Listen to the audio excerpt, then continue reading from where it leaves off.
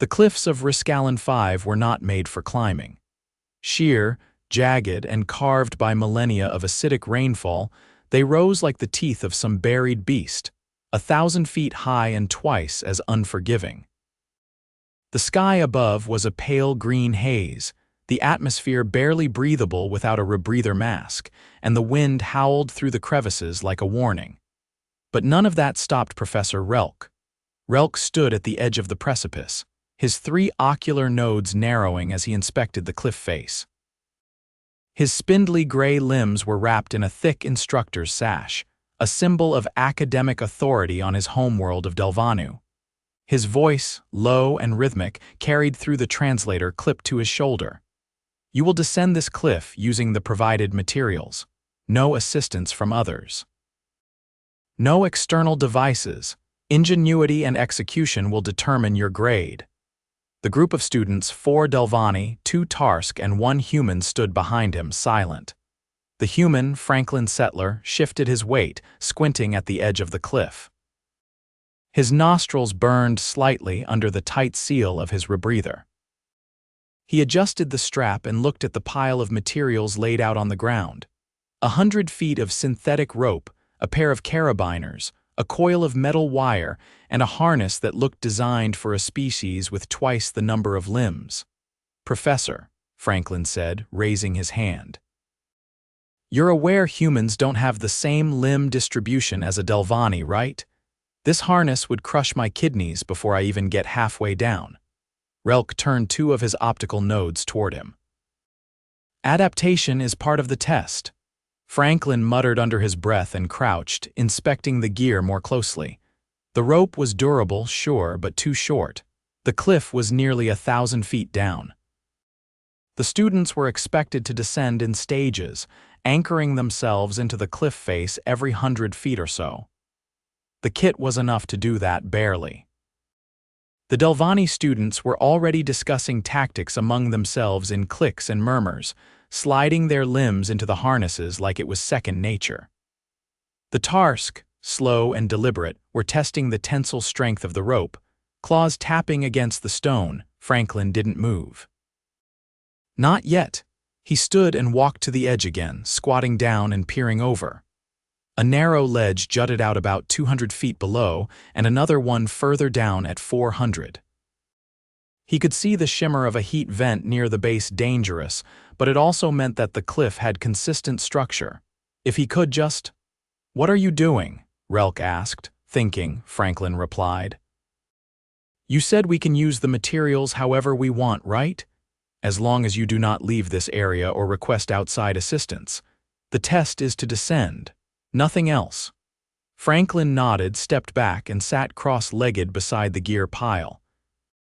For the next hour, the other students began their descents. 1 Delvani slipped within the first 100 feet but caught himself with a second set of limbs. The Tarsk moved slowly but steadily, carving small notches into the cliff to anchor their lines. Sweat formed under Franklin's mask, but he kept working, unwinding rope, twisting the metal wire and measuring the distance between 2 outcroppings that jutted from opposite cliff sides. Relk passed by, pausing to observe him. "You have been stationary for over 60 minutes. Is there a problem?" "No," Franklin said. "I'm building a bridge." Relk paused. "The test is a descent. You said the objective is to get from the top to the bottom, right? You didn't say how." Relk didn't respond at first. His 3 ocular nodes blinked slowly. "I will allow it." "But if you fall, your grade is void," Franklin snorted. "Fair enough." He got to work. The design in his head was simple: 2 anchor points, one on each side of the narrowest gap between cliff faces about 30 meters across. He wasn't going to descend directly down the cliff. He was going to cross. He chose an outcropping about 50 feet below their current position. He climbed down carefully, using a makeshift belay system, and drove 2 of the metal pegs into the rock. He wrapped the steel wire between them, tightening it until it gave a low hum when plucked.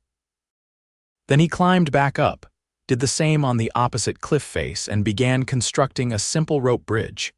2 main lines for foot support, 1 for handhold. By the time he finished the rigging, the sun had begun to dip below the horizon. His hands ached, his knees bruised from crawling along the jagged stone, but the bridge held. He tested it with his weight slowly, inch by inch, until he stood at the center, suspended 50 feet above jagged rock and wind shear, the rope creaking beneath him. Relk watched from the edge, silent. Franklin moved carefully, gripping the handline, balancing with bent knees. The bridge swayed, but his design distributed tension evenly. He doubled the foot ropes, braided the wire for added strength, and tied knots every 2 feet as footholds. Halfway across, the wind picked up. A sudden gust slammed into him, nearly knocking him sideways. He dropped to his knees, clutching the line as the bridge swung violently. "Hold together," he muttered through gritted teeth. He waited. The wind died down. Slowly, he stood again and continued. Every muscle in his legs shook by the time he reached the other side. He collapsed on the ledge, panting. Relk's voice came through the calm. "You are the first student to reach the midpoint using a non-descending method. Explain your reasoning." Franklin pushed himself up on one elbow. "Climbing down a cliff you don't understand is riskier than building a path across it. I saw anchor points. I saw a gap narrow enough to bridge, so I did. Descent doesn't always mean down." There was a pause. "You are not finished. The test ends when you reach the base." Franklin groaned and looked down. He still had over 800 feet to go. But now, from this ledge, the rock face was angled slightly inward, climbable. He could anchor new ropes and continue with a standard descent. Over the next 3 hours, he did just that. He climbed down in stages, using the remaining rope and gear, cutting lengths where needed and carefully securing anchors. Each time he reached a new ledge, he rested, drank water, and recalculated. Twice, he nearly slipped. Once, a rock gave way and slammed into his shoulder, leaving a deep bruise and cutting open his arm. He wrapped it tightly with a strip of shirt. By the time he reached the ground, his knees were trembling. He fell to his side and lay there, breathing heavily. Relk descended last, hovering down using his species' propulsion rig. He landed beside Franklin and looked down at him. "I expected you to fail." "I expected to fall," Franklin replied. "Glad neither of us was right." Relk stared at the makeshift bridge still hanging between the cliffs. It swayed slightly in the wind, but it held. "Humans are inefficient," Relk said, "but surprisingly unpredictable." Franklin laughed. "That's probably the nicest thing anyone said to me today." Relk turned and walked away without another word. Franklin lay back, watching the pale green sky darken into twilight. His fingers ached, his back throbbed, but the bridge had held, and that meant something. He closed his eyes and let the ground cool beneath him. Franklin hadn't moved in 2 hours. His legs, stretched out on the cold stone, throbbed in irregular pulses, and each time he shifted, a bolt of pain lanced through his left shoulder. He figured it was a muscle strain, maybe a partial tear. The bandage was soaked through. Not great. Stretching a hand toward his pack, he fumbled for the small medkit clipped to the side. "You are leaking," said a voice behind him. He twisted his head to see one of the Tarsk students crouched nearby. Its wide-set eyes locked on the blood-soaked wrap. With what might have been concern or scientific detachment, it was always hard to tell with them. The Tarsk's scales shimmered faintly in the low evening light, picking up hues from the moss-covered rocks. "Yeah," Franklin muttered, wincing as he peeled back the gauze.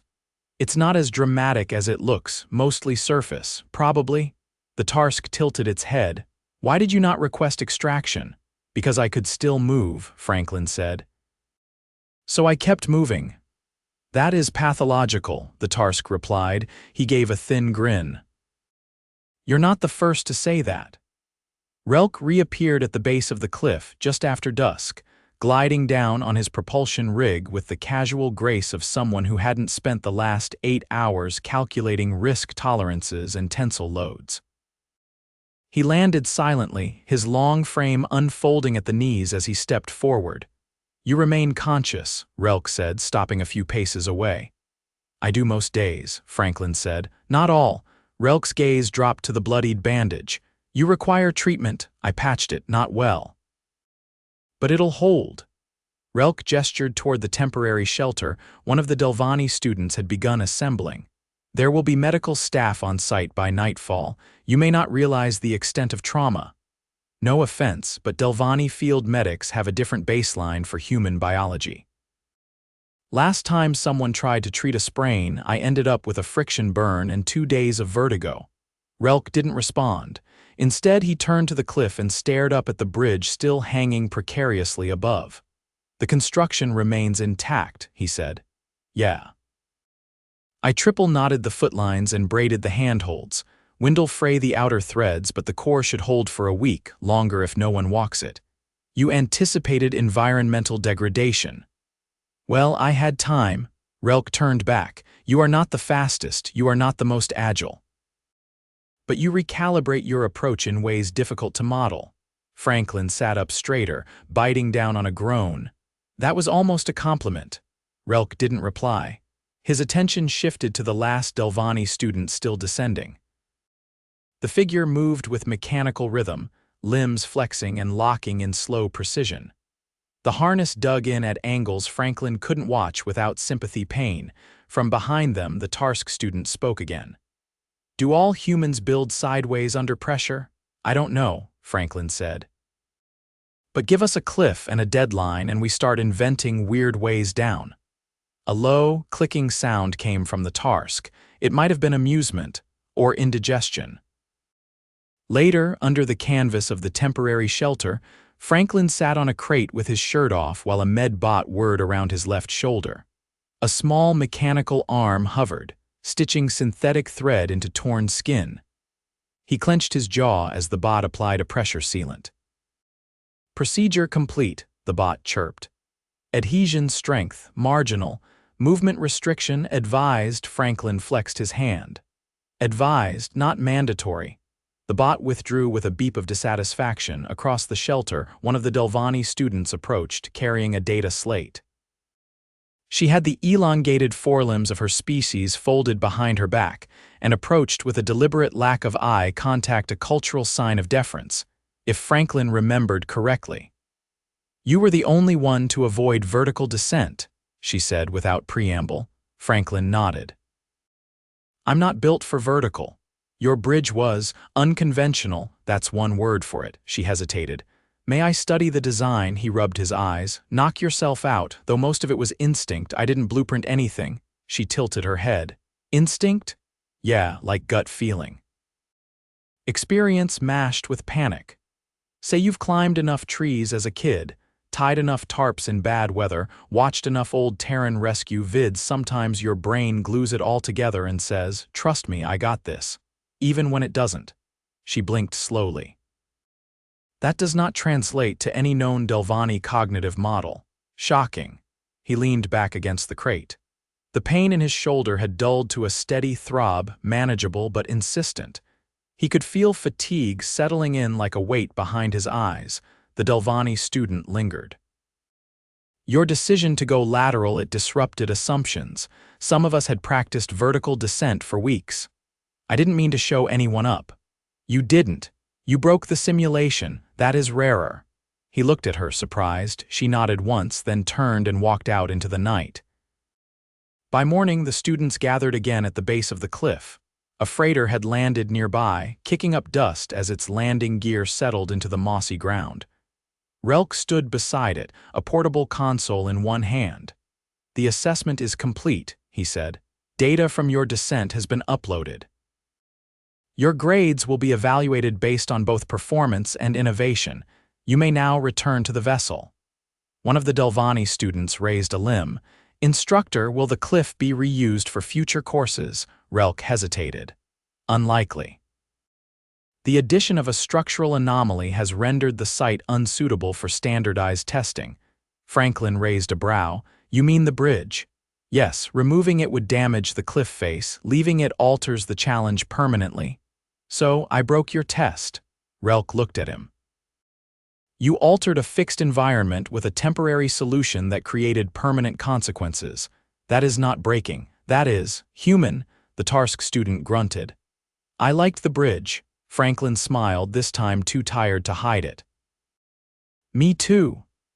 As they filed up the boarding ramp, Franklin felt the weight of exhaustion in every step, but there was also something else, a strange, lingering sense of satisfaction. Not from finishing first or outperforming anyone, but from looking at a wall no one expected him to cross, and finding a way across it anyway. Inside the freighter, he dropped into a seat near the rear and leaned his head back against the wall. The hum of the engines vibrated through the floor.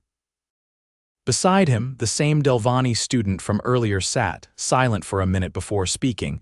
"Your approach wasn't elegant." Franklin opened one eye. "I'm aware, but it worked," he nodded. "That's usually enough." She tapped her data slate. "I ran simulations overnight. Your bridge design, given limited resources and time, was within 4% of optimal. That's either impressive or terrifying. Both." He closed his eyes again. The engines rumbled louder. As the freighter lifted off, the cliff receded in the distance, and the bridge, still swaying slightly under the morning breeze, became a thin thread across an impossible gap. A thread no one had expected to be there at all. Franklin woke with a start, his heart thudding against his ribs like it had been trying to finish the climb without him. The bunk was too narrow, the air inside the transport stale and thick with recycled ozone. He sat up slowly, every joint protesting. His shoulder had stiffened overnight, and when he tried to raise his arm, it felt like someone had poured wet concrete into the joint. There was a quiet hiss as the med wrap adjusted pressure. The adhesive seal had loosened around the edges, and he peeled it back, wincing. The gash had clotted, but the skin around it had turned a deep, angry purple. A fine yellowish line trailed from the edge of the wound where the bot hadn't completely cleaned out the embedded grit. "Wonderful," he muttered. A Delvani liaison passed by the bunk row, pausing when she saw him examining the wound. She didn't speak. Instead, she extended a slender limb and placed a small diagnostic pad on the edge of his bunk. Then she moved on without waiting for acknowledgement. Franklin pressed the sensor against his skin. The pad blinked green, then red, then emitted a low, unimpressed tone. He rubbed his face with his good hand. Hours later, the transport settled into the docking ring at the Riscallen Research Outpost. The station was built into the side of a wind-carved plateau, a mix of matte alloy and transparent walkways strung between modules like arteries. Franklin stepped out into filtered sunlight, the artificial gravity slightly heavier than standard. His boots scuffed against the metal as he followed the others toward the debriefing module. Professor Relk stood at the head of the room, behind a curved desk that looked like it had been grown rather than built. The walls around them displayed topographic scans and descent telemetry. Franklin counted 7 students seated in a semicircle, all facing the front. The Tarsk leaned forward, claws tapping against the floor. The Delvani sat motionless, their posture unreadable. The objective of the assignment was to observe decision-making under constraint, Relk began. All of you completed the descent using various strategies. Some adhered to conventional technique. Others deviated. Some succeeded within the parameters, one succeeded outside them. Franklin shifted in his seat. The backrest was too high and pressed into his neck. Relk tapped a control. The display behind him changed to a wide-angle shot of the cliff. The bridge was still visible thin, improbably straight, and faintly swaying. There is no requirement in Delvani instruction to reward unpredictability. However, in this case, an exception has been approved. A murmur passed through the group. Franklin blinked. Relk didn't look at him. Adaptation is a trait we evaluate, but we do not always understand the forms it may take. The Tarsk student raised a hand. If the objective was descent, and a participant chose not to descend in the standard manner, are we now to assume that all future parameters are flexible? No, Relk said. You are to assume that future parameters will evolve based on precedent. Franklin leaned back, pressing his shoulder carefully against the chair.